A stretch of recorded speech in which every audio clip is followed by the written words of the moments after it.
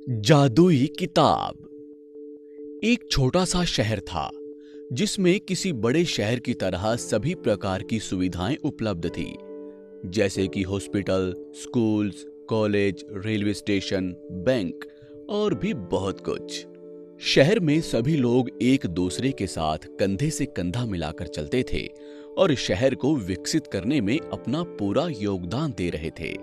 शहर में एक पुरानी लाइब्रेरी थी जिसमें बहुत पुरानी किताबें भी संभाल के रखी हुई थी, लेकिन ज्यादातर लोग नई किताबें ही पढ़ा करते थे।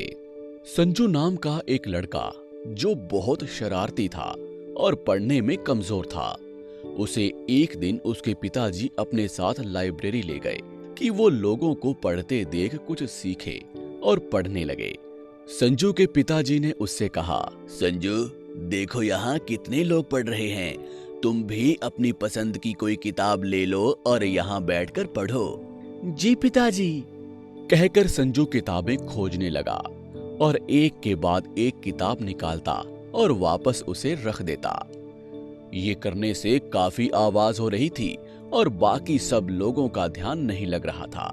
तो संजू के पिताजी ने उसे कहा, संजू, तुम यहाँ आवाज मत करो, अंदर जाके पुरानी किताबें देखो। फिर संजू लाइब्रेरी के आखिरी कोने में रखी हुई पुरानी किताबों की ओर चलने लगा। पुरानी किताबें देखकर संजू की उत्सुकता बढ़ रही थी और उसने एक किताब निकाली और टेबल पे बैठ गया। उस किताब के ऊपर तो कुछ नहीं लिखा था, लेकिन जब संजू ने एक पेज पलटा तो उस पे बड़े अक्षरों में लिखा था जादुई किताब, और उसके बिल्कुल नीचे छोटे अक्षरों में लिखा था पढ़ो और बढ़ो। ये पढ़कर संजू पहले तो डर गया और उस किताब को वापस रख देना चाहता था, पर उसे लगा कि चलो एक बार आगे के पेज पढ़कर भी देखते हैं। फिर उसने आगे के पेज पढ़े तो उसमें लिखा था कि आप जो किताब पढ़ना चाहते हैं उसे आंखें बंद करके एक बार सोचो, फिर इस किताब में आपकी सोची हुई किताब अपने आप छप जाएगी, और अगर आप उसे यहाँ बैठकर एक बार पूरी पढ़ लेंगे तो आपको पूरी किताब याद रह जाएगी। संजू ने आंखें बंद करके अपने स्कूल की एक किताब के बारे में सोचा जो कि उसे बिल्कुल पसंद नहीं थी। फिर आंखें खोलकर देखा तो वो इस जादुई किताब में छप चुकी थी। संजू अब उस किताब को पढ़ रहा था और करीब 1 घंटे में उसने पूरी किताब पढ़ ली। तभी उसने अपने पिताजी की आवाज सुनी, संजू, चलो अब घर चलते हैं, लाइब्रेरी बंद होने का समय हो गया है, सब लोग निकल रहे हैं। आ रहा हूँ पिताजी, कहकर संजू ने वो किताब अपनी जगह पर वापस रखी और बाहर आ गया। घर जाते हुए रास्ते में वो अपनी पढ़ी हुई किताब के बारे में सोच रहा था। तभी उसे लगा कि उसे काफी कुछ याद रहने लगा था।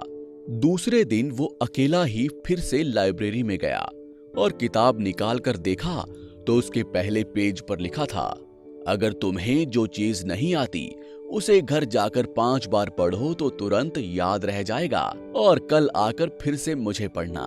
उसके अलावा उस किताब में कुछ नहीं लिखा था। संजू वापस घर आकर उसके स्कूल की किताब लेकर बैठ गया और 5 बार जो चीज उसे नहीं आती थी उसे पढ़ लिया।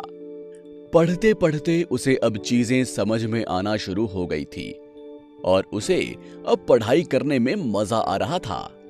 तीसरे दिन संजू फिर से लाइब्रेरी जाकर उस किताब को लेकर बैठ गया और उसे पढ़ना शुरू किया तो देखा कि उसके पहले पेज पे लिखा था, बहुत अच्छे संजू, अब तुम इसी तरह से सब किताब बार बार पढ़ोगे तो तुम्हें सब कुछ याद रहेगा और तुम एक अच्छे स्टूडेंट बन सकोगे। अब संजू को उस जादुई किताब की बात समझ में आ गई थी और उसने अपने एग्जाम्स में खूब मन लगाकर मेहनत की और अपनी क्लास में पहले नंबर पर पास हुआ। सभी लोग उससे काफी खुश थे।